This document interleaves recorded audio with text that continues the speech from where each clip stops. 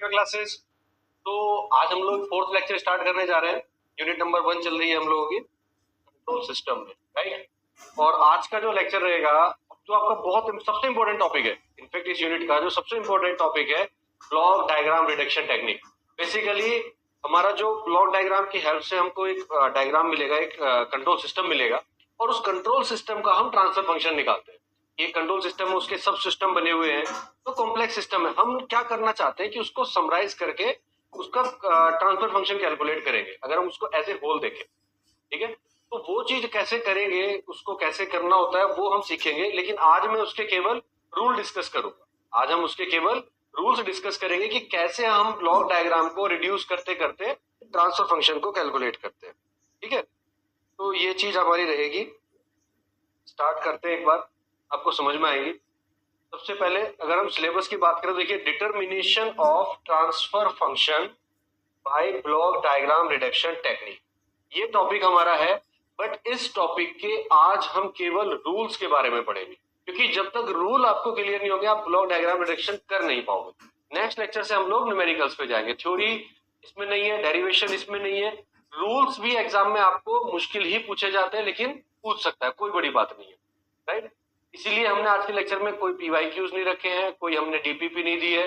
यहाँ पे हम केवल रूल्स के बारे में बात करेंगे। तो सबसे पहले बात करेंगे ब्लॉक डायग्राम के एलिमेंट्स की। ये जो ब्लॉक डायग्राम होता है उसके अंदर एलिमेंट्स क्या क्या होते हैं। तो पहली बात, ब्लॉक डायग्राम का मतलब क्या है, एक कंट्रोल सिस्टम है, उसके अंदर छोटे बहुत सारे कंपोनेंट लगे हुए हैं जिसको हम सब सिस्टम भी बोल सकते हैं। तो basically A system is a combination of small सब सिस्टम्स, ठीक है। ठीक है, छोटे छोटे सब सिस्टम है, उनको मिला के हम एक कंट्रोल सिस्टम बना दे रहे हैं। तो जैसे ये कंट्रोल सिस्टम है, ये एक सिस्टम को रिप्रेजेंट कर रहा है, ये किसी चीज को रिप्रेजेंट कर रहा है, ये किसी चीज को रिप्रेजेंट कर रहा है। इस पूरे को मिला के हमने एक पूरा एक सिस्टम मान लिया, और उस सिस्टम को हमने नाम दे दिया कंट्रोल सिस्टम। और ये पूरा है हमारा ब्लॉक डायग्राम। इस कंट्रोल सिस्टम को ब्लॉक्स की हेल्प से रिप्रेजेंट करते हैं, ठीक है। अब क्या क्या चीजें इसके अंदर होती हैं, एक कंट्रोल सिस्टम में क्या क्या चीजें आपको देखने को मिलेंगी इस ब्लॉक डायग्राम्स में, वो आप समझेंगे। तो सबसे पहला जो मिलेगा वो होगा ब्लॉक। ब्लॉक क्या होता है? Transfer function of A component is represented by the block. किसी सिस्टम का, किसी कंपोनेंट का जो ट्रांसफर फंक्शन होता है, सपोज ये एक गवर्नर है, या फिर ये एक मोटर है, या एक सर्वो मोटर है, ये उसका ट्रांसफर फंक्शन है, ये उसको रिप्रेजेंट कर रहा है। सर्वो मोटर की परफॉर्मेंस को रिप्रेजेंट कर रहा है। कितना इनपुट देंगे, यहां से कितना इनपुट जाएगा तो कितना आउटपुट मिलेगा, वो आपको जीएस से मिलेगा, ठीक है जी। तो ये कौन देता है? ब्लॉक देता है। ब्लॉक है single input and single output. Her block में एक इनपुट होगा, एक आउटपुट होगा, right. Block having input x S, अगर इनपुट एक्स एस है, आउटपुट वाई एस है, तो ट्रांसफर फंक्शन क्या होगा? सपोज ये एक ब्लॉक है, ये इनपुट एक्स है, ये इनपुट आउटपुट वाई है, तो जो इसका ट्रांसफर फंक्शन होगा जीएस, इसको हम क्या लिखेंगे? Output upon input. Laplace form में यूज करेंगे, ये हम आपसे पहले डिस्कस कर चुके हैं। तो इसको हम क्या बोलते हैं? ब्लॉक बोलते हैं, ठीक है। ब्लॉक की बात समझ में आई। दूसरी चीज क्या देखने को मिलेगी जब आप ब्लॉक डायग्राम बनाएंगे? दूसरी चीज आपको मिलेगी देखने को समिंग पॉइंट। समिंग पॉइंट क्या करता है? इस पॉइंट पे जितने भी सिग्नल्स आ रहे हैं उनको अलजेब्रिकली ऐड कर देता है। अब जैसे समिंग पॉइंट को हम इस राउंड से रिप्रेजेंट करते हैं, इस सर्कल से रिप्रेजेंट करते हैं, बीच में क्रॉस बनाते हैं। यहाँ पर मान लीजिए एक इनपुट ये आ रहा है, एक ही आ रहा है, एक ही आ रहा है। ये प्लस मतलब ये इनपुट ऐड हो रहा है, ये प्लस मतलब ये इनपुट ऐड हो रहा है, ये माइनस है, इसका मतलब ये इनपुट सब्ट्रैक्ट हो रहा है। तो क्या होगा? R S plus X S minus Y S, ये आपको आउटपुट पे यहां मिलेगा। तो output C S equal to कितना हो जाएगा? R S plus X S minus Y S.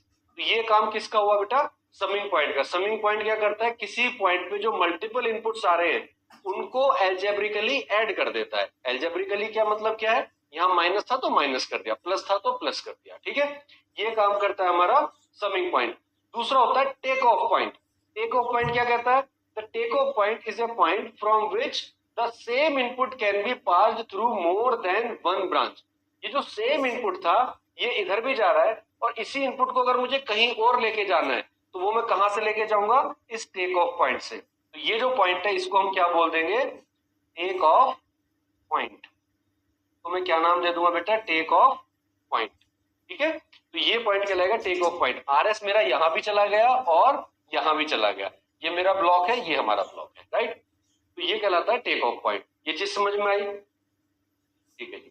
तो ये तीन चीजें आपको बार बार देखने को मिलेंगी। ब्लॉक डायग्राम इन्हीं के कॉम्बिनेशन से बनता है और कोई चीज आपको ब्लॉक डायग्राम में नहीं दिखेगी। ठीक है, अब बात समझते हैं ब्लॉक डायग्राम रिडक्शन टेक्निक है क्या। ये एक कॉम्प्लेक्स कंट्रोल सिस्टम है जिसमें बहुत सारे ब्लॉक्स हैं, अभी बताया था, और अलग पैटर्न में कनेक्टेड है, कोई किसी तरह से कनेक्टेड है, कोई किसी तरह से कनेक्टेड है। तो एक कॉम्प्लेक्स कंट्रोल सिस्टम है, उसको मैं सॉल्व करना चाहता हूं। और उस पूरे सिस्टम का, मान लीजिए ये मेरा एक कंट्रोल सिस्टम मैंने बना दिया कि यहाँ पर एक ब्लॉक लगा दिया, एक ब्लॉक मैंने यहाँ लगा दिया, ठीक है, फिर मैंने एक समिंग पॉइंट यहाँ लगा दिया, इसमें से एक ब्लॉक मैंने यहाँ लगा दिया, ये यहाँ गया, यहाँ पर एक ब्लॉक लगा दिया। तो इस तरह से जब मेरा सिस्टम जा रहा है, फिर मैंने इसको यहाँ पर जोड़ दिया। तो ये कॉम्प्लेक्स सिस्टम सपोज है। अब इस कॉम्प्लेक्स सिस्टम में इसका ट्रांसफर फंक्शन अलग है, इसका अलग है, इसका अलग है, इसका अलग है, लेकिन इस पूरे सिस्टम का भी एक ट्रांसफर फंक्शन होगा जो इस पूरे सिस्टम को रिप्रेजेंट करेगा। तो मुझे इसको रिड्यूस करके सिंपल ये डायग्राम बनाना है जिसका आउटपुट सेम होना चाहिए। अगर इधर x है, ये y है, तो ये x होगा, ये y होगा, और ये जो पूरा ब्लॉक होगा ना, ये इस पूरे सिस्टम को रिप्रेजेंट कर रहा होगा। तो यहां से यहां तक कैसे आते हैं वो आपको सीखना, और यही मेथड कहलाता है ब्लॉक डायग्राम रिडक्शन। रिडक्शन मतलब इन सबको रिड्यूस करते करते मुझे यहां तक आना है, तो उस चीज को बोला जाता है ब्लॉक डायग्राम रिडक्शन। तो यहाँ पे क्या कर रहे हैं, complex control system of several blocks, each of them has its own transfer function, but the overall transfer function of the system is the ratio of transfer function of the final output of the transfer function of the system's initial input. Initial input था, जो output था, इनका ratio ले लो, ये इसका आ जाएगा transfer function, और ये इस पूरे सिस्टम को रिप्रेजेंट करता हूँ। ठीक है, अब क्या है, this system's overall transfer function can be obtained by simplifying the control system by combining these individual blocks one by one. एक एक करके सॉल्व करते हैं, पहले इसको सॉल्व किया, फिर इसको सॉल्व किया, फिर इसको सॉल्व किया, एक एक करके स्टेप बाय स्टेप इसको सॉल्व हम करते हैं। तो कई बार इसमें बहुत सारे स्टेप्स लग जाते हैं, डायग्राम बनाते बनाते हो सकता है आपका क्वेश्चन 2 या 3 पेज में चला जाए, कोई बड़ी बात नहीं है, लेकिन कैलकुलेशन कुछ नहीं करनी है आपको, अलग से नहीं लिखना, बस ब्लॉक डायग्राम्स बनाने हैं। ठीक है, उसके बाद the technique of combining these block is referred to as the block diagram reduction. इसी टेक्निक को हम बोल देते हैं ब्लॉक डायग्राम रिडक्शन। अब ये रिडक्शन करने का ऐसा नहीं कि आप रैंडमली कर सकते हो, इसके कुछ सर्टेन रूल्स हैं। रूल्स भी क्यों है, ताकि जो इफेक्टिवनेस है, जो मुझे इनपुट यहाँ दे रहा हूँ, जो आउटपुट मुझे यहाँ मिल रहा है, वही आउटपुट मुझे यहाँ मिले, उसकी इफेक्टिवनेस पे फर्क नहीं पड़ना चाहिए। मतलब मैं सिस्टम को कंप्रेस तो कर रहा हूँ, लेकिन क्वालिटी पे कंप्रोमाइज नहीं कर रहे हैं। जो सिग्नल मैं इनपुट पे दे रहा हूँ, जो मुझे आउटपुट पे मिल रहा है अभी, वही मुझे बाद में मिलेगा रिड्यूस करने के, उस पर कोई इफेक्ट नहीं पड़ना चाहिए। तो उस इफेक्ट को मेंटेन रखने के लिए, उस क्वालिटी को मेंटेन रखने के लिए हमें कुछ रूल्स के तहत ही रिडक्शन करना होता है। तो सबसे पहला रूल, सबसे इंपॉर्टेंट रूल, अगर आपके ब्लॉक्स कैस्केड में लगे हैं, जैसे यहाँ दिख रहे हैं, कैस्केड मतलब बैक टू बैक, एक के पीछे एक लगा हुआ है, एक के पीछे एक लगा हुआ है, तो इनको बोलते हैं कैस्केड। अगर आपके कुछ ब्लॉक्स कैस्केड में लगे हैं और हर किसी का गेन जो है, इसका G1 है, इसका G2 है, इसका G3 है, इसका G4 है, ठीक है, इनपुट हमने यहाँ पे दिया RS, यहाँ इसका आउटपुट आया C1, यहाँ आया C2, ये आया C3, ऐसे Cn तक चला गया। लेकिन जो फाइनल मुझे आउटपुट मिला वो क्या मिला, Cn, वो मुझे क्या मिला, या C1n, जो भी आप इसको समझे, Cn इसको हम समझ लेते हैं। तो मुझे जो G1s है, देखो ये वाला जो G1 है, ये कितना होगा, आउटपुट अपॉन इनपुट, यानी कि C1 अपॉन RS। G2 के लिए कितना होगा, C2 अपॉन C1। G3 के लिए कितना होगा, C3 upon C2। Output upon input ही तो होता है। इसी तरह से Gn के लिए कितना होगा, CS अपॉन Cn-1, जो भी लास्ट में जाके आएगा उसके हिसाब से। अब अगर मैं GS लिखूं तो GS इक्वल टू कितना होगा, आउटपुट मुझे फाइनली मिल रहा है यहाँ पर CS, आउटपुट मुझे फाइनली कितना मिलेगा, CS, तो CS आउटपुट इनपुट RS, तो CS अपॉन RS। अब मैं क्या लिख सकता हूं, इस CS को हम ऐसे भी लिख सकते हैं कि भाई ये तो एज इट इज है, C1 से मल्टीप्लाई किया, C1 से डिवाइड किया, C2 से मल्टीप्लाई किया, C2 से डिवाइड किया, C3 से मल्टीप्लाई किया, C3 से डिवाइड किया, Cn-1 से डिवाइड किया, Cn-1 से मल्टीप्लाई किया।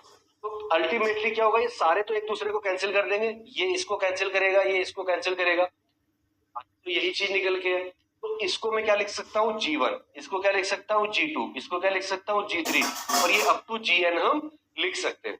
तो आप एक चीज समझिए कि भाई ये जब कैस्केड में कनेक्टेड होते हैं तो हमारा जो ट्रांसफर फंक्शन है वो सिंपली इन सबके मल्टीप्लीकेशन से हमें मिल जाता है। अगर आपको 2 ब्लॉक कैस्केड में दिख रहे हैं, जस्ट मल्टीप्लाई दें, उनके ट्रांसफर फंक्शन को मल्टीप्लाई कर दो, आपको दोनों का ओवरऑल मिल जाएगा। फॉर एग्जाम्पल अगर एक ट्रांसफर फंक्शन है जिसकी वैल्यू s है और यहाँ पर सपोज है हमारा s+1, ठीक, तो मैं क्या कर सकता हूँ, इसको मैं रिप्रेजेंट कर सकता हूँ एक सिंगल ब्लॉक से और इन दोनों को मल्टीप्लाई कर दूंगा s इंटू s+1, ये मेरा नया ट्रांसफर फंक्शन मिल जाएगा। तो मुझे क्या करना है, अगर कैस्केड में है सिंपली मल्टीप्लाई कर देना है, मुझे यहाँ पर ट्रांसफर फंक्शन मिल जाएगा। तो ये रिड्यूस हो गया, 2 से 1 बन गया। अगर कहीं ऐसी जरूरत पड़ती है तो इस तरह से कर सकते हैं। दूसरी चीज, ये तो हुआ पैरेलल में, अब वो तो था कैस्केड में, अब आया पैरेलल में।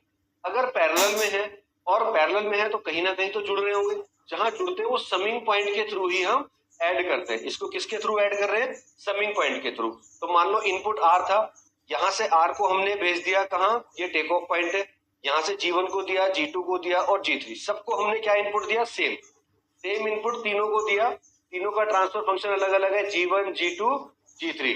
और जब हम यहां निकलेगा तो इनपुट ये आ रहा है, G1 ये आ रहा है, तो कितना हो जाएगा RS इंटू G1। आउटपुट कितना हो जाएगा, देखो transfer function G equal to हो जाएगा R अपॉन C, ये आउटपुट है C, तो C इक्वल टू कितना हो गया, सॉरी उल्टा लिख दिया, ये हो जाएगा और transfer function GS equal to हो जाएगा GS इक्वल टू हो जाएगा आउटपुट CS अपॉन RS, तो C इक्वल टू हो जाएगा GS इंटू R।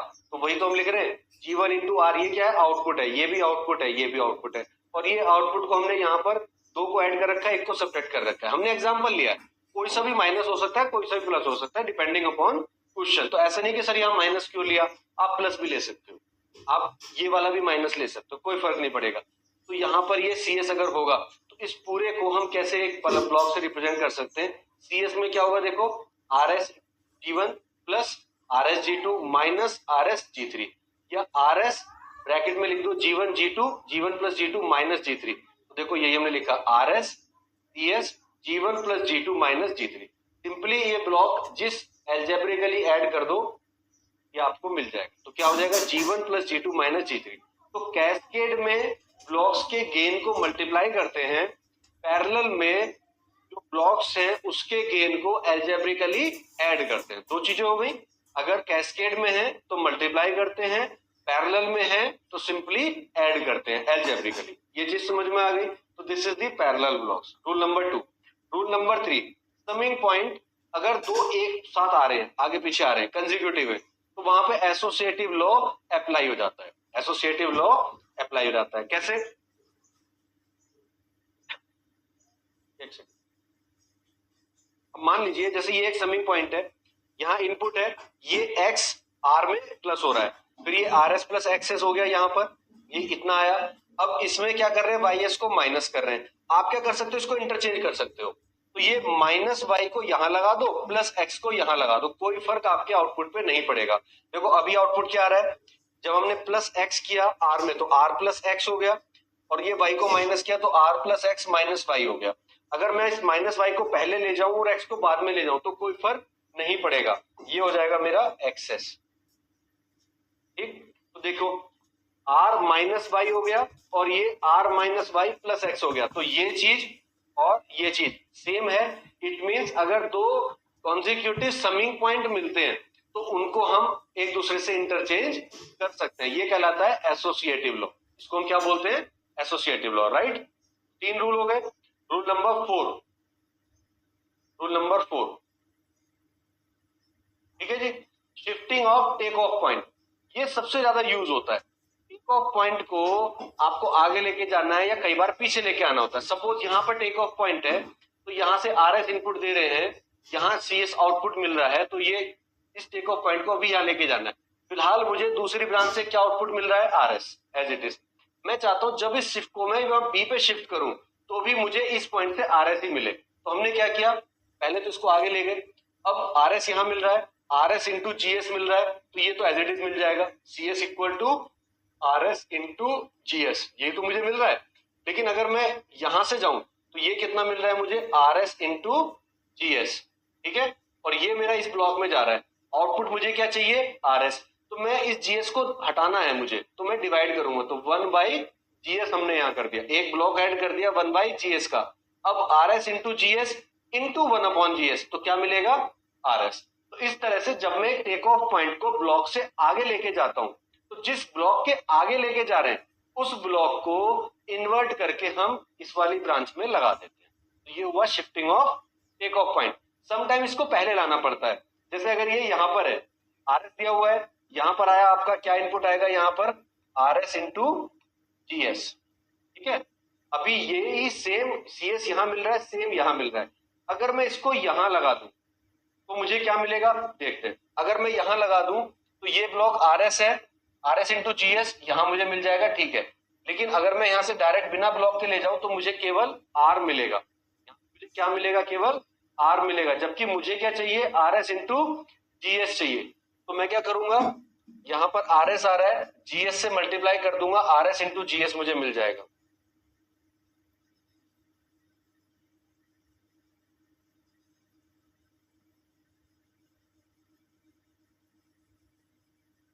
ठीक है, यहां से मुझे RS जा रहा है और RS मुझे क्या चाहिए, यहां पर चाहिए RS इंटू GS। तो RS ही जा रहा है, GS से मल्टीप्लाई करो, RS इंटू GS मिलेगा, सेम है।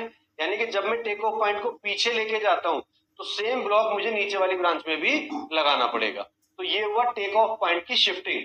या तो आप आगे से पीछे लेके जा रहे हो या पीछे से आगे लेके आ रहे हो, दोनों तरीके से हम इसको यूज करते हैं, बहुत ज्यादा यूज करते हैं, बहुत ज्यादा इसका यूज किया जाता है। एक और रूल देख लेते हैं, शिफ्टिंग ऑफ समिंग पॉइंट। अगर हम समिंग पॉइंट को शिफ्ट करना चाहते हैं, इसको भी बहुत यूज होता है, सारे रूल का यूज होगा। अब आप देखो जितने रूल पढ़ रहे हो ना, सारे रूल यूज करेंगे हम। समिंग पॉइंट को अगर शिफ्ट करना है किसी ब्लॉक से आगे, अभी क्या है, यहां से RS है, यहां से XS है, तो यहां पर मुझे कितना मिल रहा है, RS प्लस माइनस XS, ठीक है। अब GS से मल्टीप्लाई हो जाएगा, यानी कि RS plus minus XS into GS। क्या मुझे क्या मिल रहा है, RS into GS plus minus XS into GS, ये मुझे मिल गया। अब मुझे सेम आउटपुट चाहिए, देखो आउटपुट सेम रहना चाहिए, उसकी इफेक्टिवनेस खत्म नहीं होनी चाहिए। सभी पॉइंट को आगे ले गए, अब यहाँ लगा दिया, RS हमने यहाँ दिया, GS हमने यहाँ लगाया, तो यहाँ पर क्या आया, RS into GS, RS into GS, ये आ गया। RS into GS plus minus, अगर मैं सिंपली X कर देता तो RS into GS plus XS आ जाता, जबकि यहाँ पर क्या चाहिए, RS प्लस GS और XS प्लस GS भी चाहिए। तो XS में मैंने G को और ऐड कर दिया। अब यहाँ पर मुझे क्या मिल गया, देखो XS इंटू GS। अब ये चीज प्लस माइनस हो जाएगी, तो ये चीज प्लस माइनस होके आ गई। अब आप ये आउटपुट और ये आउटपुट मैच करा लो, सेम आउटपुट आ रहा है। यानी कि जब मैं समिंग पॉइंट को आगे लेके जाता हूँ तो ये जो फीडबैक आ रहा है पीछे से, इसमें ये वाला ब्लॉक मुझे ऐड करना पड़ता है, ठीक है। ये चीज आपको जब आप प्रैक्टिस करोगे तो ही समझ में आएगी। ये कंट्रोल सिस्टम का जो सब्जेक्ट है ना बेटा, बहुत प्रैक्टिस मांगता है। मतलब ऐसा नहीं कि मैं यहाँ पे बता दूंगा और आप सोचोगे सर सुन लिया और हो गया, ऐसा नहीं होगा। आप जाओ, ये एक एक रूल जो आज बता रहा हूँ इसको एक बार लिखो, अपने हाथ से नोट्स बनाओ और लिखो उसको कि क्या हो रहा है और क्यों हो रहा है। क्योंकि मुझे आउटपुट सेम चाहिए, माई टारगेट जो है वो चेंज नहीं होना चाहिए मेरी शिफ्टिंग से। सिमिलरली अगर मुझे समिंग पॉइंट को पीछे लेके आना है तो क्यों लेके आएंगे, RS है, GS में मल्टीप्लाई करेंगे, RS plus GS, RS plus GS plus minus XS अगर मैंने करना है। अब मैं समिंग पॉइंट को पीछे लेके आ रहा हूँ, आउटपुट मुझे ये चाहिए, तो समिंग पॉइंट पीछे ले आए, RS ले आए, RS को आगे गए, GS से मल्टीप्लाई किया, RS इंटू GS मिल जाएगा, बहुत बढ़िया, कोई दिक्कत नहीं। लेकिन मुझे RS प्लस GS थोड़ी चाहिए था, RS GS थोड़ी चाहिए था, यहाँ पर ये भी करना है, तो केवल XS को ऐड करना है। अगर मैं यहाँ से XS को दे देता हूँ तो कितना हो जाएगा, RS plus XS into GS, तो GS दोनों में मल्टीप्लाई हो जाएगा। तो मुझे यहाँ से सप्लाई करना है XS अपॉन GS, तो यहाँ कितना आया देखो, RS plus minus XS upon GS। अब दोनों में GS से मल्टीप्लाई करो तो RS GS plus minus XS, और यही मुझे चाहिए था, ये वाला चाहिए था। तो यहाँ पे मुझे 1 अपॉन करके ऐड करना पड़ा। इस तरह से हम क्या करते हैं, समिंग पॉइंट को शिफ्ट करते हैं, या तो फॉरवर्ड या फिर बैक, दो तरीके से। एक और पॉइंट देख लेते हैं, shifting A take off point after a summing point. अब टेक ऑफ पॉइंट को पहले हमने ब्लॉक के आगे शिफ्ट किया था, लेकिन अगर हमें समिंग पॉइंट को के आगे शिफ्ट करना हो टेक ऑफ पॉइंट को, तो कैसे करते हैं। जैसे अभी क्या है, यहां से RS आ रहा है, आगे गया, RS आगे आया, तो यहाँ पर क्या हुआ, RS प्लस माइनस XS, ये मुझे आउटपुट मिलना है। और यहीं से मैंने एक फीडबैक ले लिया RS। अब देखो अगर मैं इस टेक ऑफ पॉइंट को इसके आगे ले जाऊं, अगर मैंने टेक ऑफ पॉइंट को आगे ले गया तो RS प्लस माइनस एक्सेस यही तो मेरा आगे जा रहा है, तो यानी कि आउटपुट तो ठीक है, लेकिन जो ये मुझे ब्रांच आ रही है इसमें RS चाहिए था, जबकि यहां पर भी सेम आउटपुट मुझे मिल जाएगा। तो मैंने क्या किया, जो साइन प्लस माइनस था माइनस प्लस करके एक्सेस इसमें ऐड कर दिया, ताकि जो प्लस माइनस एक्सेस था वो नल हो जाए, ये कैंसिल हो जाए और केवल क्या मिले मुझे RS। तो एक और समिंग पॉइंट मुझे आगे रखना पड़ेगा इसमें, ठीक है, इस प्लस माइनस एक्सेस के इफेक्ट को हटाने के लिए, क्योंकि यहाँ पर ये नहीं है, इस तरह से मुझे करना है। तो अगर मैं शिफ्टिंग कर रहा हूँ टेक ऑफ पॉइंट की आफ्टर ए समिंग पॉइंट, तो इस तरह से करना है। अब अगर पहले लेके आना है, मान लो ये समिंग पॉइंट है, ये RS है, ये एक्सेस है, ये आया RS प्लस माइनस एक्सेस, यहाँ पर भी आएगा RS प्लस माइनस एक्सेस। अब अगर इस B को मुझे A पे लेके आना है, इस B को A पे लेके आ गया, RS मुझे इनपुट है, RS प्लस माइनस एक्सेस आ जाएगा, बहुत बढ़िया, कोई दिक्कत नहीं। लेकिन इधर टेक ऑफ पॉइंट में अगर कुछ नहीं लगाता हूं तो सिंपल RS आएगा, जबकि मुझे तो RS में प्लस माइनस एक्सेस करना है, तो उसके लिए फिर एक समिंग पॉइंट लगाना पड़ेगा और सेम साइन के साथ लगाना पड़ेगा एक्सेस को, फिर से ये प्लस माइनस एक्सेस हो जाएगा। तो जब हम बाद में शिफ्ट करते हैं, आफ्टर शिफ्ट करते हैं समिंग पॉइंट के, तो साइन चेंज होता है, ये वाला ऑल्टर हो जाएगा, जबकि जब पहले लेके आते हैं तो सेम साइन रहेगा समिंग पॉइंट का, ठीक है, ये समझ में आ गया। इसके अलावा एक और आपका रूल है एलिमिनेशन ऑफ फीडबैक लूप। अगर ये इस तरह का फीडबैक लूप है, तो ये मैंने आपको पढ़ा रखा है, transfer function, close loop transfer function. तो ये क्लोज लूप ट्रांसफर फंक्शन है, पूरा प्रूफ कराया, डेरिवेशन इसका प्रूफ करने के बाद कितना आता है, GS upon 1 plus minus GS HS। अगर यहाँ प्लस माइनस है तो यहाँ माइनस प्लस आएगा, बस ये ध्यान रखना। अगर यहाँ प्लस माइनस है तो यहाँ साइन उल्टा आता है। तो ये जो पूरा दिख रहा है ब्लॉक, जिसमें एक फॉरवर्ड पाथ गेन है, एक फीडबैक गेन HS है, ये BS है, ये ES है, RS और ये आउटपुट CS, इसको हम एक ब्लॉक से रिप्रेजेंट कर सकते हैं सिंपली, और उस पूरे ब्लॉक का ट्रांसफर फंक्शन होगा GS upon 1 minus plus GS HS। और ये डेरिवेशन में आपको लास्ट लेक्चर में कराया था ट्रांसफर फंक्शन के नाम से, जहां पे हमने क्लोज लूप ट्रांसफर फंक्शन पढ़ा था। तो ये भी रूल नंबर 8 है, ठीक है। तो ये 8 रूल है जो ब्लॉक डायग्राम रिडक्शन में आप यूज करते हो, ठीक है। इन 8 रूल से ही हम सारे क्वेश्चंस को सॉल्व करेंगे, राइट। तो क्या फायदे हैं ब्लॉक डायग्राम रिडक्शन के? It facilitate easier representation of complex system, complex system को इजी कर देता है। ट्रांसफर फंक्शन की जो कैलकुलेशन है ब्लॉक डायग्राम टेक्निक से वो आसान पड़ती है, क्योंकि कोई मैनुअली कैलकुलेशन नहीं करना, कुछ नहीं करना, बस आप ब्लॉक डायग्राम रिड्यूस करते चले जाओ अगर रूल क्लियर है तो। Performance analysis of complex system is simplified हो जाती है। Easier access of individual element in a system that is represented by a block diagram. हर ईच सब सिस्टम को हम इजीली एक्सेस कर सकते हैं। It facilitate visualization of operation of the whole system by the flow of signal. पूरे system को visualize कर सकते हैं, देख सकते हैं कौन सा सिग्नल कहाँ से जा रहा है, किसके थ्रू जा रहा है, कितना क्या काम कर रहा है, वो सारी चीजें यहाँ से आप देख सकते हो। डिसएडवांटेज क्या है? It is difficult to determine the actual composition of individual element in a system. अब अगर एक बार आपने उसको रिड्यूस कर दिया तो वहां से ये नहीं पता चलता है कि एक्चुअल सिस्टम कैसा था, पहले जो सिस्टम था उसके सब सिस्टम के पार्ट कैसे थे वो आपको पता नहीं चलेगा। Representation of A system using block diagram is not unique, ये यूनिक भी नहीं है। The main source of signal flow can not be represented in A block diagram. इस ब्लॉक डायग्राम में सिग्नल का फ्लो आप नहीं दिखा पाओगे क्योंकि आपने उसको रिड्यूस कर दिया। तो दीज आर सम डिसएडवांटेजेस। हालांकि ये जो क्वेश्चन है ये 2 नंबर में पूछ सकता है आपसे कि भाई इसके एडवांटेज डिसएडवांटेज बता दो, इससे ज्यादा यहाँ से आपको नहीं पूछेगा। लेकिन जो इसके न्यूमेरिकल्स है वो न्यूमेरिकल जरूर आते हैं। तो आज के लेक्चर में इतना ही रखते हैं। आज के लेक्चर में मुझे केवल आपको रूल्स के बारे में बताना था। नेक्स्ट क्लास में अब हम इसके न्यूमेरिकल ट्राई करेंगे, जहां पे आपको थोड़ा सा टाइम एक्स्ट्रा देना पड़ेगा। ठीक है, तो मिलते हैं नेक्स्ट क्लास में। Thank you very much.